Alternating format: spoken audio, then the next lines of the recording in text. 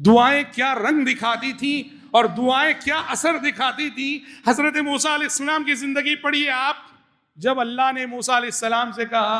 اذهب الى فرعون انه طغى، موسیٰ اب نبی بن گئے میرے، مصر کو جانا ہے اور فرعون کے دربار میں جانا ہے، فرعون کے دربار میں جانا ہے اور جا کے اس کو دعوت دینی ہے، میرا پیغام اس تک پہنچانا ہے۔ موسیٰ علیہ السلام ڈر گئے موسیٰ، کیوں؟ فرعون ڈھونڈ رہا تھا موسیٰ علیہ السلام کو، بچتے بچاتے مصر سے نکلے تھے کیونکہ غلطی سے قتل ہو گیا تھا موسیٰ علیہ السلام کے ہاتھوں، فرعون ڈھونڈ رہا تھا قتل کرنے کے لیے، بچتے بچاتے نکلے تھے، اس لیے موسیٰ علیہ السلام ڈر گئے، جس مصر سے بچتے بچاتے آیا ہوں اب اسی مصر میں جانا ہے، جس دربار میں میرے قتل کے مشورے ہو رہے تھے اب اسی دربار میں جانا ہے۔ موسیٰ علیہ السلام نے کہا وَيَضِيقُ صَدْرِي وَلَا يَنْطَلِقُ لِسَانِي، اے اللہ تو مصر جانے کے لیے مجھے کہہ رہا ہے، دربار فرعون میں جانے کے لیے مجھے کہہ رہا ہے، پروردگارا میں تو یہ محسوس کر رہا ہوں کہ شاید میں وہاں جانے کے بعد میرا سینہ گھٹ جائے گا، میری زبان چلے گی نہیں، میری زبان چلے گی نہیں، میرا دم گھٹ جائے گا، سینہ گھٹ جائے گا۔ جیسے ہی فرعون کے پاس جانے کا حکم سنا تو حضرت موسیٰ علیہ السلام نے یہ معذرت پیش کی، لیکن اللہ نے انہیں جو دعا سکھائی اور اللہ سے دعا کرنے کے بعد، دعا مانگنے کے بعد، کون سی دعا؟ سورہ طٰہٰ میں اللہ نے وہ دعا نقل کی، رب اشرح لی صدری ویسر لی امری واحلل عقدۃ من لسانی یفقہوا قولی واجعل لی وزیرا من اہلی ہارون اخی اشدد بہ ازری واشرکہ فی امری کی نسبحک کثیرا ونذکرک کثیرا انک کنت بنا بصیرا۔ سورہ طٰہٰ میں پڑھیا، بڑی پیاری دعا ہے۔ ہاں، جب کہا گیا فرعون کے پاس جاؤ اور انہوں نے نفسیاتی طور پہ دباؤ محسوس کیا تو دعا کی شرح صدر کی کہا رب اشرح لی صدری، اللہ مجھے میرے سینے کو کھول دے، شرح صدر فرما دے،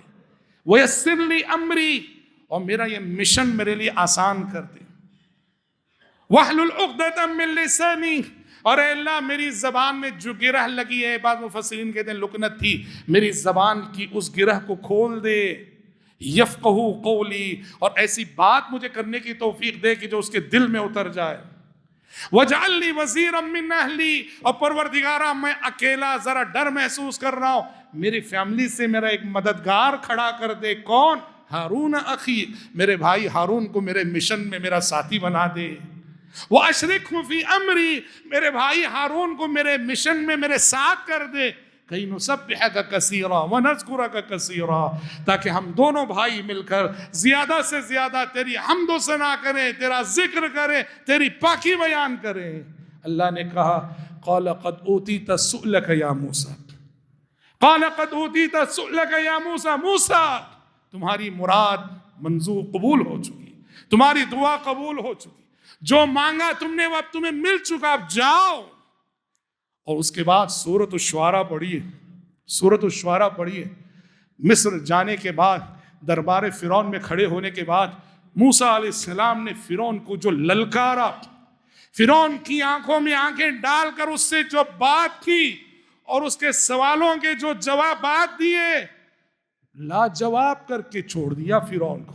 موسیٰ علیہ السلام کے ایک ایک جملے پر ہکا بکا رہ گیا فرعون، دیوانہ ہو گیا، پاگل ہو گیا،